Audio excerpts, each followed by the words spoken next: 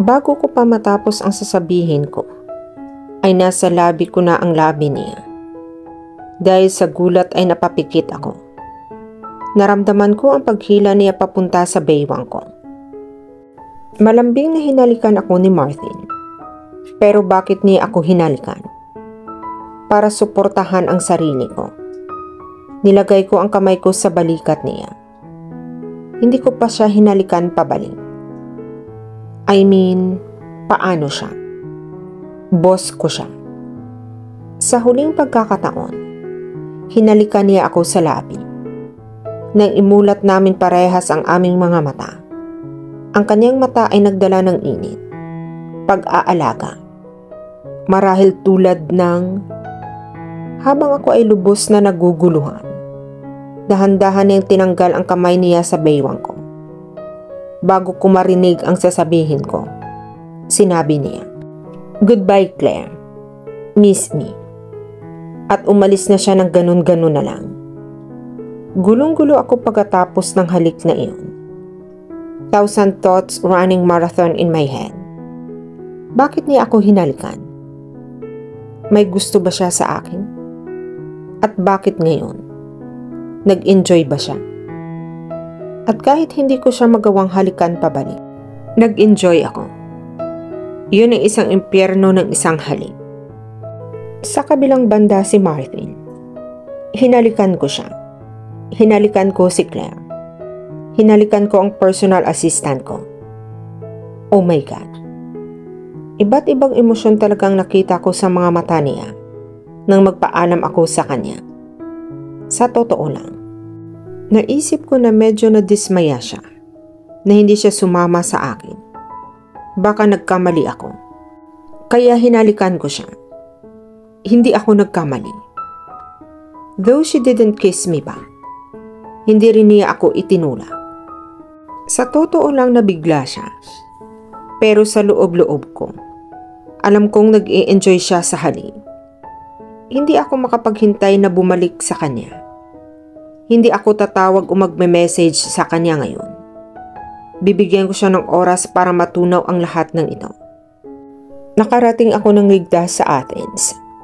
Malapit ko nang marating ang vacation villa ng parents ko. 2 linggo na silang nananatili doon. Nasa New York si Melcy at Seb dahil may school sila. Nakarating na ako ng villa. Ang villa ay moderno sa arkitektura. Ang nanay ko ay isang architecture, kaya pinipili niya ang bawat hotel o bahay na titirahan niya ng buong inspeksyon at lahat.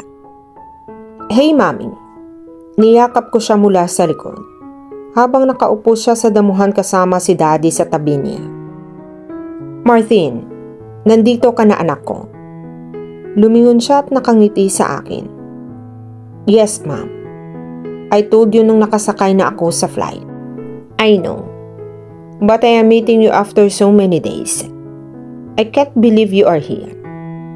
May isang taong tinatawag mong daddy na nakatayo dito. Narinig ko ang boses ng daddy ko na nagkukunwaring nasasaktan. "Dad, paano kita nakakalimutan?" Ay shackled at niyakap ko siya. "Kumusta ang flight mo?" tanong niya sa akin. "Good as usual. Now you guys tell me, how is your holiday going?" "Best. We are really enjoying ourselves. Di ba, Nick?" Ang aking ina ay buong mapagmamahal na tumingin kay daddy. "Oo, my love." Kinurot ni daddy si mami. My mom and dad still behave na parang high school sila. High school sweetheart sila. "Mommy, ano po bang dahilan ng pagtawag mo sa akin ng madalian?" tanong ko habang humihigop ng kape. "Yes, Dad. I called you here to meet a girl. You will go out with her for dinner. You will get to know her. And if you like her, and she likes you, which I know she will, we can proceed with further discussion." Unti-unting ibinagsak ng mami ko ang bomba. "Ma'am, alam mo na nasa airport pa ang eroplano ko. Gusto mo bang bumalik ako kaagad?" "Martin, just one dinner.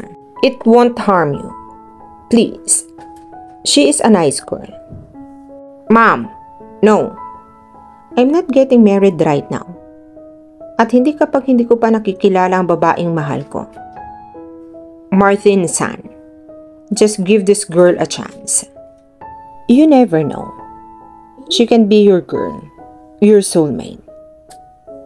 Dad, not you too please. Bakit di mo naiintindihan? Naiirita na ako sa patuloy na pagkukumbinsi sa akin na magpakasal. Dear, please, try and understand. Just met her once. Please, for me. Sabi ng nanay ko with her most pleading tone. Paano ako tatanggi ngayon? Fine. I will do it. I will meet her just once. Huwag kang mag-alala. Kapag nakilala mo siya ng isang beses, siguradong magugustuhan mo siya at makikilala mo siya ng higit sa isang beses. Let's see. Kailan ko siya makikilala? Mamayang gabi kakain ka kasama niya. Sagot ng daddy ko. Impatient? Kumindat si Mommy. Mom, kailangan kong bumalik sa New York para magtrabaho. Kay Claire. Yes. Alam ko kung gaano kaka-workaholic. Napangiti ako. Matapos ihanda ang date namin ni Stephanie, tinawagan ko si Theo. Hey dude, just check on the office. Nandoon si Claire. She will manage it well. But just go there once. Tell me how is Claire. Okay. By the way, curious ka talagang malaman ang tungkol kay Claire. Naririnig ko ang panunukso sa tono niya. May dahilan iyan. At ano naman ang dahilan? Kung tatanungin ko. Hinalikan ko si Claire bago ako pumunta dito. What? You kissed her? So you like her? Yes, my best friend finally likes a girl. Tumahimik ka, Theo. Hindi ako mapakali dahil in love ang best friend ko. Kinanta niya ang huling bahagi. Theo, now you're going too much. I have just kissed her. And she didn't kiss me back. I kinda just left like that.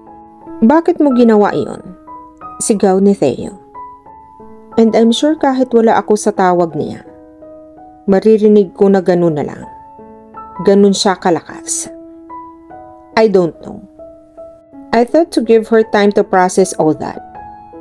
Pagbalik mo gusto kong kausapin mo siya, okay? Utos sa akin ni Theo. I can. If my mom doesn't set me up with one of her friend's daughter. What happened? I'm going to meet a girl, Stephanie, for my supposed marriage. What? You can't do that. Hinalikan mo si Claire, na alala mo ba yun? Yes, I do. I just meeting her for the formality. Fine. Pupunta na ako sa opisina mo para makita si Claire ngayon. Pagtatapos ni Theo. Okay. Pero wag kang magbigay ng kahit anong pahiwatig tungkol sa akin. Alright. I hope your date worst with that girl. Bye. Sabi ko kay Theo. Sa kabilang banda si Claire. Kinabukasan, nang umalis si Martin, na-overwhelm pa rin ako sa nangyari kagabi. Ang halin. Hindi ko sinabi kahit kanino ang tungkol dito. Kahit kay Natalie, o kay Mila, o sa aking kapatid. Kasalukuyan ako nagtatype ng report na kailangan kong i-email kay Martin bago ang tanghalian. Good morning, Claire. Isang boses ang nagpatigil sa pag-type ko. Tumingala ako para hanapin si Theo sa desk ko. Isang ngiti ang nabuo sa aking mukha. Theo seems nice guys nung makita kami kanina. Good morning, Theo. How can I help you? Tumayo ako. A perfect assistant tone I see. I have got habitual to it. I shackle. Good. How's everything going? Any trouble? Not for now. I was just typing sales meeting report to email to Martin. Have you heard from him? Tanong ko sa kanya. Yes, tinawagan niya ako ngayon para sabihin lang na pumunta ako dito at tingnan ang lahat. Sabi ni Theo. Hindi siya nagbigay ng kahit anong ekspresyon o pahiwatig na alam niya ang tungkol sa halik. O napag-usapan ba nila ito ni Martin? Okay, may sinabi ba siya tungkol sa akin? I mean, any specific work for me? Sinubukan kong tanungin siya ng isang beses. No, he didn't mention anything about you. Just in case na mahihirapan ka sa kahit ano, tawagan mo ako. Kaya hindi man lang siya nagtanong tungkol sa akin. Baka nag-overreact lang ako sa isang halik lang. Makakalimutan ko rin sana siya. Isang halik lang iyon. Pero bakit in the first place, hinalikan niya ako? Wala siyang sinabi sa akin pagkatapos ng halik. Umalis na lang siya. Masyado yata akong nag-overthink. Hindi na rin niya maalala ang tungkol dito pagbalik niya. Pero ako, I kinda enjoy the kiss. Siyempre ginawa ko. Ramdam ko pa rin ang hininga ng labi niya sa labi ko. Dapat ko na rin ba kalimutan? Sa kabilang banda si Martin. Hinihintay ko si Stephanie sa isang napakagarang restaurant. Ang aking ina ay nagpa-reserve para sa date. Talagang kamanghang-manghang. Ang pinakamagandang bahagi ay yung live na musika. Remind me to take Claire to a restaurant with live music. She will surely love it. Kasalukuyan akong naghihintay sa babaeng ito sa loob ng 30 minuto. 1 minuto pa at aalis na ako. Sa ganoong paraan makukumbinsi ko si Daddy at Mommy na hindi siya para sa akin. Wala sa tabi ko ang swerte. Pumasok siya sa restaurant. Buti nakita kong litrato niya kaya alam ko ang itsura niya. Sa totoo lang, makapal ang makeup niya. Nakasuot siya ng pulang mini dress na walang strap. Sa maikling pananamit, ay masyadong revealing para sa isang unang pagkakataon na pagkikita nang makarating siya sa table. Out of sheer politeness, nothing else I stood up. Bumaling lang siya sa akin. Kailangan ko siyang hawakan kung hindi ay mahulog siya. My God, Martin. I'm so damn excited to meet you. Naghahanda na ako simula umaga ngayon. Napasigaw siya. Sa sobrang nakakairita niyang boses. Oo, pansin ko. Tinuro ko yung damit niya. Nagustuhan mo ba? Hinawakan niya ang braso ko. Ayaw ko lang maging bastos. Sumagot ako. You look good.